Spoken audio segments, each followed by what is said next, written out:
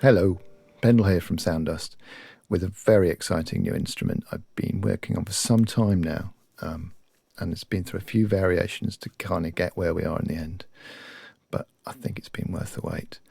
This is ODDular, and at its heart it has three quite extensively rendered Lfos, which you can do a lot of stuff to, as I'm just demonstrating here. You can do a lot of stuff to these LFOs to make different shapes and sizes and things and speeds.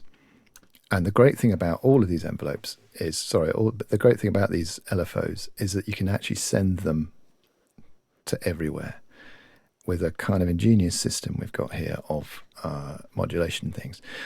And what's also very exciting is that loaded into ODDular, at this stage, there's 15 different instruments with some quite deep multi-sampling of snazzy synthesizers like the EMS Putney VCS3, there's Oberheim Expander 6, there's a DFAM, actually, which is an amazing sounding synth, and Make Noise O-Coast, and a few other little bits and bobs, a Seal string machine. And what it's trying to do a little bit is play around with the idea of kind of Eurorack modulation systems and imitate that kind of thing from the comfort of your own Kontakt player. Full Kontakt, I would like to add. But anyway, enough of me rambling. Let's just hear what it sounds like. Now, I've got a lot of things to do at once here, so you know how it is. So here's a note.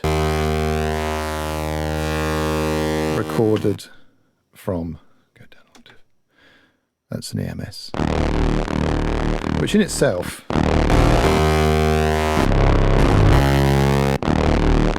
you've got some amazing sounds in there, but it gets really exciting when you start.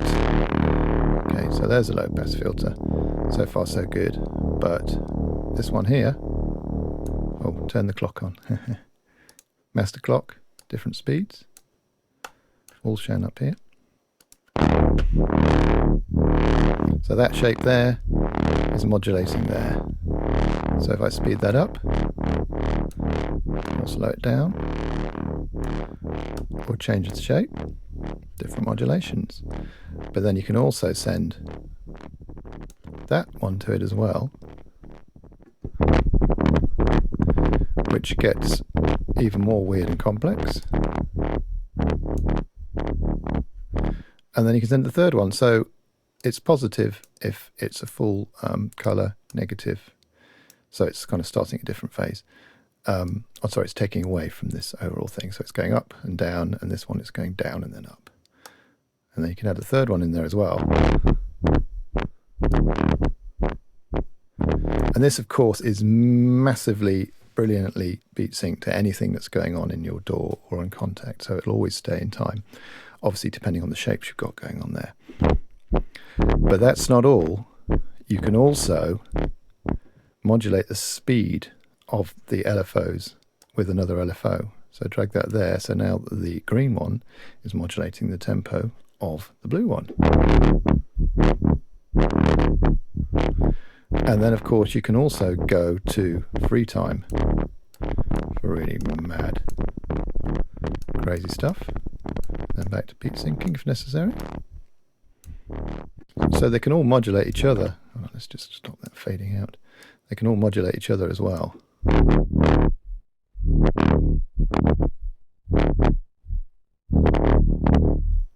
But it'll still somehow cleverly stay time synced. Master clock, you can slow that whole thing down in one go, half tempo, etc., etc. You've got various modes here of what happens when it hits the limit of modulation. So obviously you get to a point where it can't go any further. On limit mode, it just stops there. Bounce mode, it kind of bounces back the other way.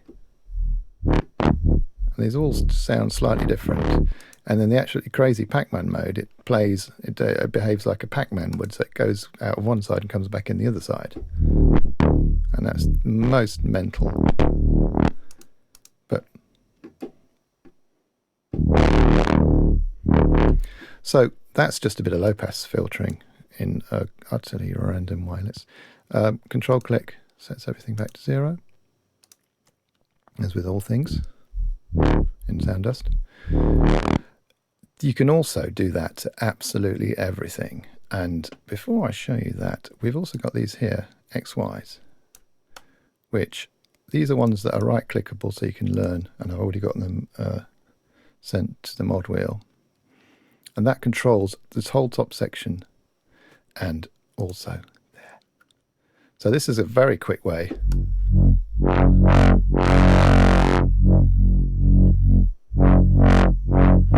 quickly discovering new modulations. What happens if you turn everything on there?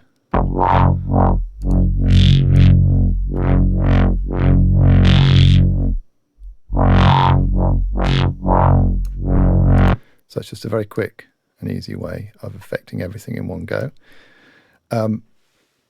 Let's just turn those off for a while. So it's still just the low pass. In fact, let's take off that altogether. That's a straight sound. All the recorded sounds, they're all as gnarly as possible. There's as many kind of frequencies and stuff so that you can get to cut into it with the various filters and stuff like that. It gets very, so you can modulate the amp.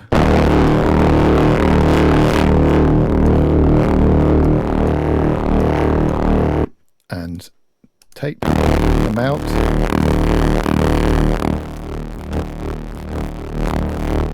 And these all kind of add to various subtle possibilities. Now it gets really exciting over here. We've got two impulse responses. The device are very short ones, which are to add a kind of grist to the overall sound. So we've got completely dry, completely wet. Quite a selection of them, including the actual EMS itself. You can pass a signal through it. There's a couple of impulses from there. So they're pretty bonkers as they are. And then you start modulating that.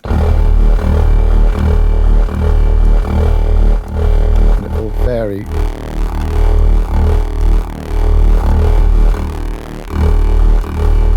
So that's going to be different. And you can add in. So we're in kind of crazy territory here. And then you've also got the reverb version, which is more impulse responses of various interesting things.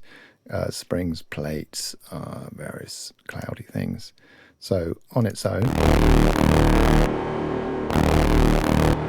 But what if you then modulate that?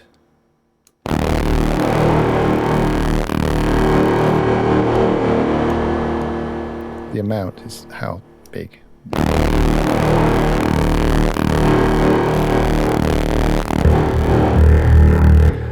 It can get pretty monstrous pretty quickly.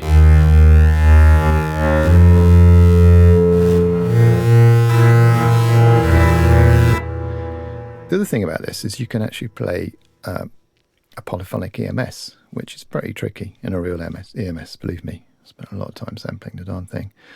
So you put all that together. Oh, don't forget the delay.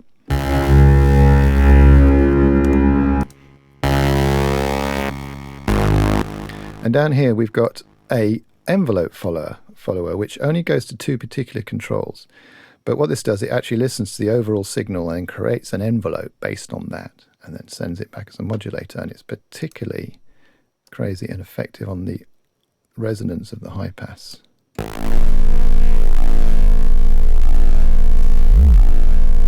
Which allows you to kind of create whole new self-resonating craziness.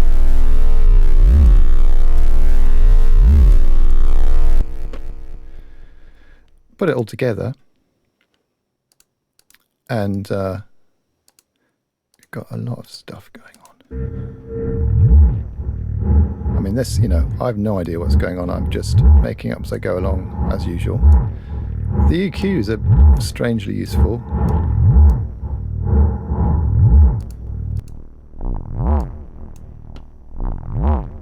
And then, of course, you've got your XY.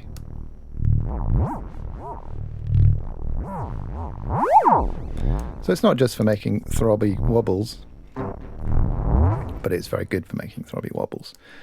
You've also got the Arpeggiator as well, why not? Which operates in the usual way. Turn it on. You've got a chord mode, which I always quite like a chord mode. Let's just go up an octave.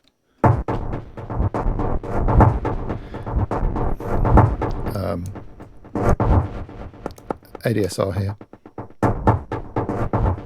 You've got various aftertouch sensitivity things, and bit reduction, which sometimes goes too far.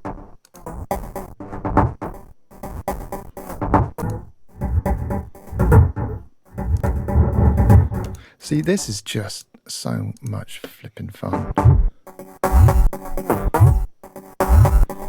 And it's just, you can just keep fiddling and whittling around and seeing what you come up with. And I guarantee you'll come up with some interesting stuff. 15 instruments, different sample sets, adds up to about 1.5 gig, I say about. Each instrument has a set of 15, I think it is, or 15 and a bit, snapshots, which are kind of starting points. This thing is so easily fiddly-diddler aroundable with. It's just silly spending ages making snapshots when you'll just come up with something better yourself immediately. If you want to, if you make something you like, just save it by clicking on the snapshot button there, and it'll save it to the right place. There is a manual here which explains a few things, possibly even gives you a lovely picture of the this fella here. So it's making me out of breath. It's so exciting.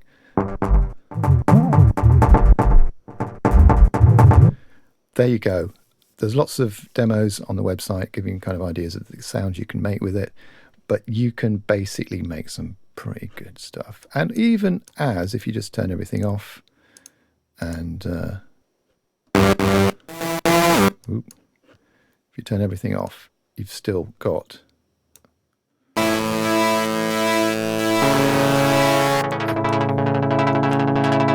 a crazy polyphonic EMS of the type never seen before.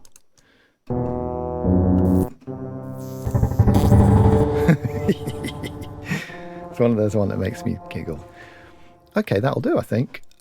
So, Sounddust ODDular, and it's available from the usual place at a usual-ish kind of a price. I hope you have a right lot of fun with this, because I certainly have. I know I always say that, but I really have. Thanks a lot. That'll do. Bye-bye.